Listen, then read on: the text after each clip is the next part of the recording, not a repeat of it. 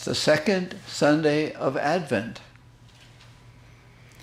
And there is much about which to pray and reflect. We have John the Baptist historically set in kind of the history of time, the history of the people of Israel. And he's going around quoting the prophet Isaiah. The prophet Isaiah is going back. He was prophesying when the people of Israel were in captivity in Babylon. And he's saying things are going to get better. The rough places are going to be made smooth, the mountains laid low, the valleys filled, and everything. We're going home. We're going back to Jerusalem, to our homeland, to our identity. So it's a great proclamation that John the Baptist is making in his time, that prepare the way, he's coming soon. That's really what the gospel is about. But I want to point out something in Paul's epistle to the Philippians. He says, and that's in our second reading, "And this is my prayer, that your love may increase more and more in knowledge and in every kind of perception, to discern what is of value, so that you may be pure and blameless for the day of Christ." So what I would like to talk a little bit, share with you, is about knowing what's of value as we prepare for the coming of Jesus. At least the celebration, he's always coming. But in our churches, and I encourage you in your homes, to have a little Advent wreath or something. But in the churches,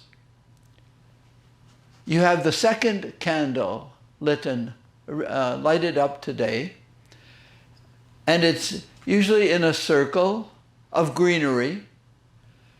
So the light of Christ is coming, increasing.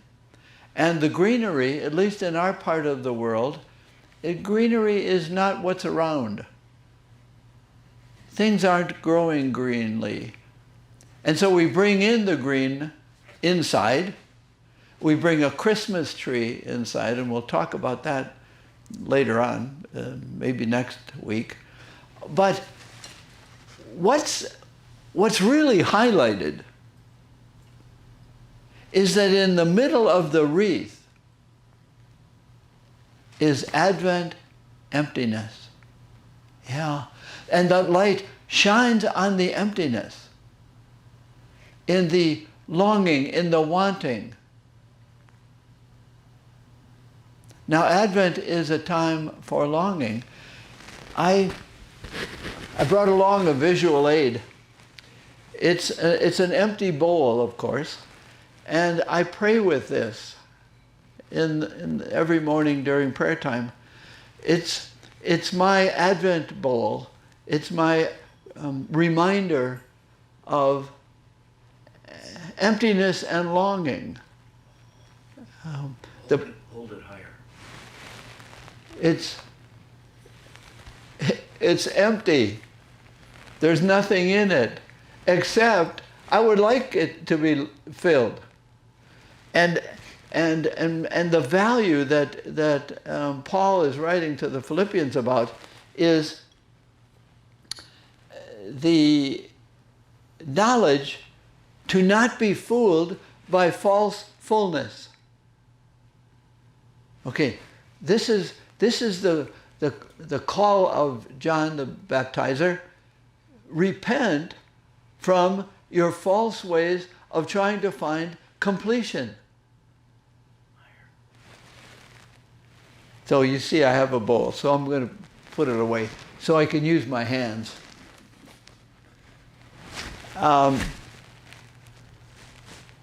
I would encourage you to have something an Advent wreath on your tables or office desk or apartments or wherever, or a bowl or something that reminds you that there is a holy emptiness, a longing, and to let that be a reality. I have a little thought that if we deal well with emptiness, if we are okay with emptiness, we'll be okay. And it's when we try to find completion in answers, in things, in relationships, everything is either an invitation or a disappointment. Oh, you didn't fulfill me. You didn't complete me. This alcohol didn't. This whatever.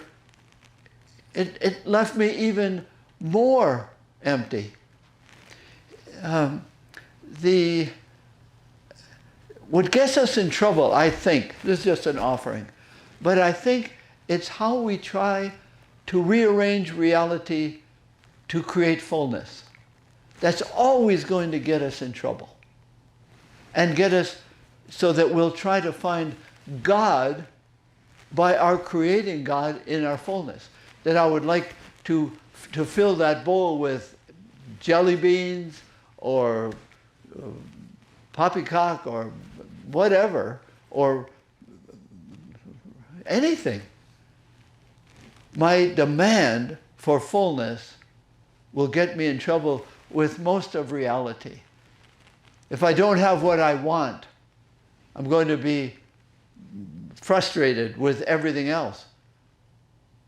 Now maybe this is too dramatic, but I think Advent prayer has to do with really letting go of my expectations of fullness and not be disappointed in incompleteness.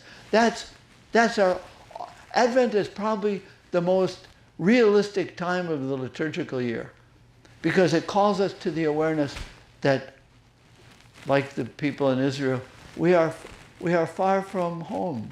We are far from completion. We long to have the rough smooth and the mountains laid low. We long for perfection. And that's a holy desire. In everything, believe it or not, whether we want to say it or not, in everything we long for God. And if we make things into God, they're going to be a frustration. And we say, no, I'll find it. I'll make it. Or I'll say, it can't be found and life is a dreary mess. No, every day is Advent. Every day is a confrontation with my demands for completion. And we kneel down. It brings us to our knees. How we want longing. I want longing from you all, from this. And what we get is not a complete emptiness, but that bowl and our hearts are symbols of the longing either to grab or receive.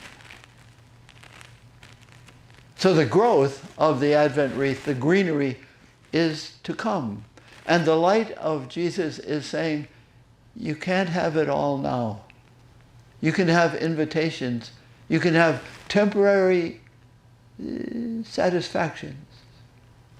They're good, but it's always an invitation. And that's why some people like to have Christmas instead of Advent, and when Christmas comes, it's boring.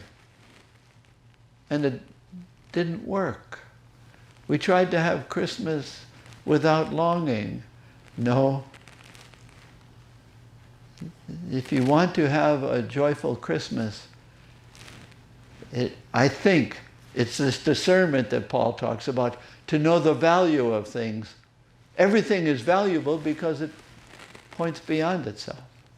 So if you want to have a joyful Christmas, it seems to me, it has to do with accepting little by little that your stable is as empty as the one in Bethlehem, longing for the light of Jesus. We celebrate it in the Eucharist. We celebrate it in our daily prayer, even if we just pass by an Advent wreath in our homes, even if we pass by an empty bowl of any kind.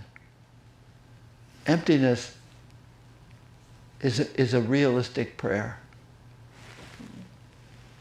We receive the Eucharist so that we can be open to all the ways he invites us toward fulfillment.